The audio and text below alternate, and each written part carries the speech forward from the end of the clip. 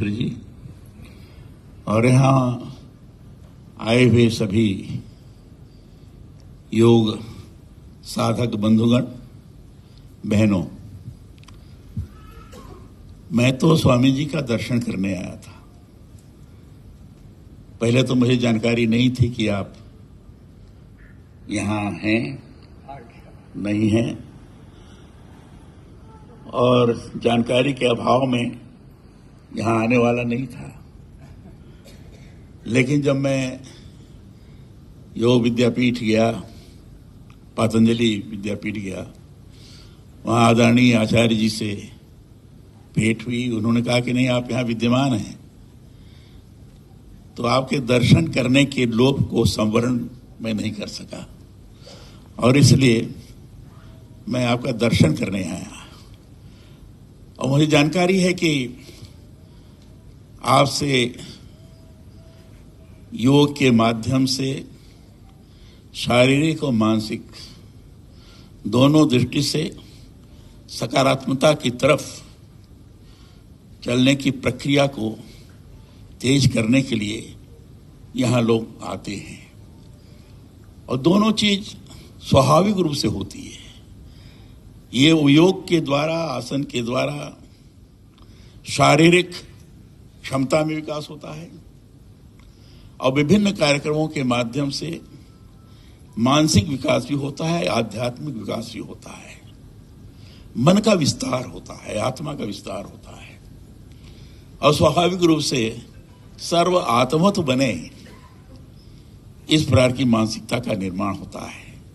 आपके शिक्षण के अंतर्गत ये सारी चीजें विद्यमान हैं, जिसके माध्यम से शरीर कैसी हो, कैसे हम स्वस्थ रहें, विभिन्न अंगों को किस तरीके से समुचित तौर पर समानुपाती आधार पर शरीर के अंदर रख सकें, इस संबंध में विभिन्न प्रकार के कार्यक्रमों की यहाँ आयोजना आप करते हैं।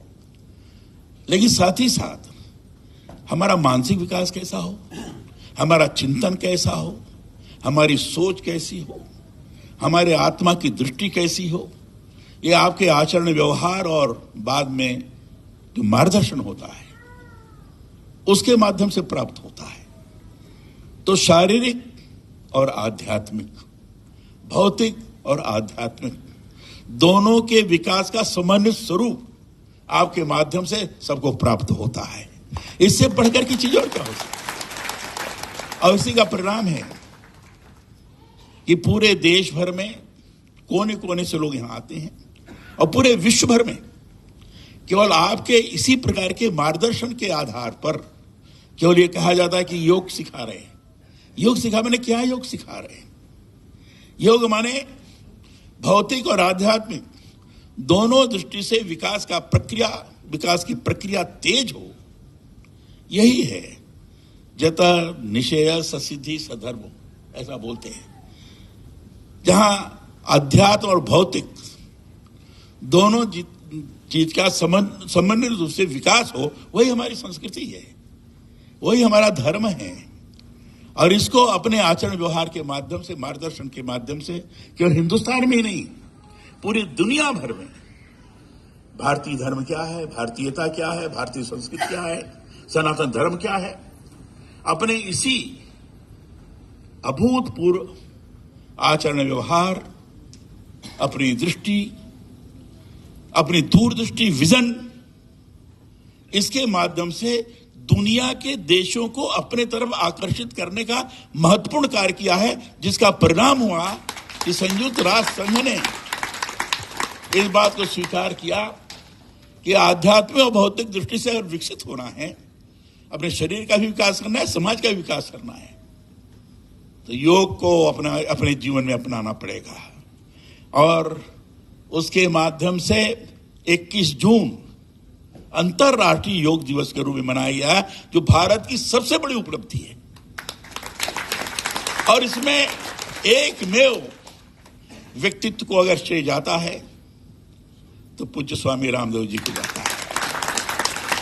पूरे देश भर में, पूरे विश्व भर में इस प्रकार के वातावरण का निर्माण करना ये सामान्य बात नहीं है।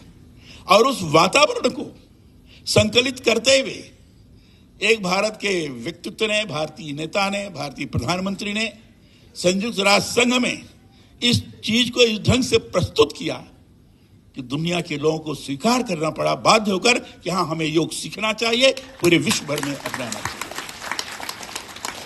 ऐसे व्यक्तित्व के धनी हमारे स्वामी रामदेव जी। प्रतीक के रूप में हम कह सकते हैं आध्यात्मिक और भौतिक समन्वय का अगर स्वरूप देखना है तो प्रत्यक्ष रूप से सिंबल के रूप में आप देख सकते हैं यहां विद्यमान है। शरीर को किन किन सारी चीजों की आवश्यकता है जीवित रखने के लिए, उससे अधिक लेने की आवश्यकता नहीं। उतना ही लेकर किस तरीके से आपने अपने को व्यवस्थित किया है, जिसको हम लोग करने की कोशिश करते हैं लेकिन नहीं हो पाते, लेकिन उन्होंने कर लिया है। तो अपने शरीर के भौतिक स्वरूप को भी व्यवस्थित करते हुए उसके अंदर के आध्यात्म को जगाकर परमात्मा के साथ हम कैसे एक रूप हो सकते हैं, इसका अगर प्रतीक के रूप में किसी का दर्शन करना है तो स्वामी रामदेव जी महाराज हमारे विश्वविद्यान है।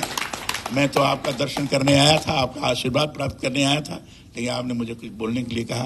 पता नहीं मैं क्या बोला हूं, मुझे समझ में नहीं आ रहा है, लेकिन मुझे जो अंदर से अनुभूति हुई उसको मैंने आपके सामने प्रस्तुत किया है। आप सब लोग विद्वज्जन हैं, मैं समझता हूं जहां से आए हैं विद्वान हैं, आप लोग योग्य हैं, अपने क्षेत्र में विशेषज्ञ हैं, ऐसे सब लोग आप लोग आए हैं। इसलिए आप सब लोगों के चरणों में मैं प्रणाम निवेदित करता हूं, अपनी बात को समाप्त करता हूं।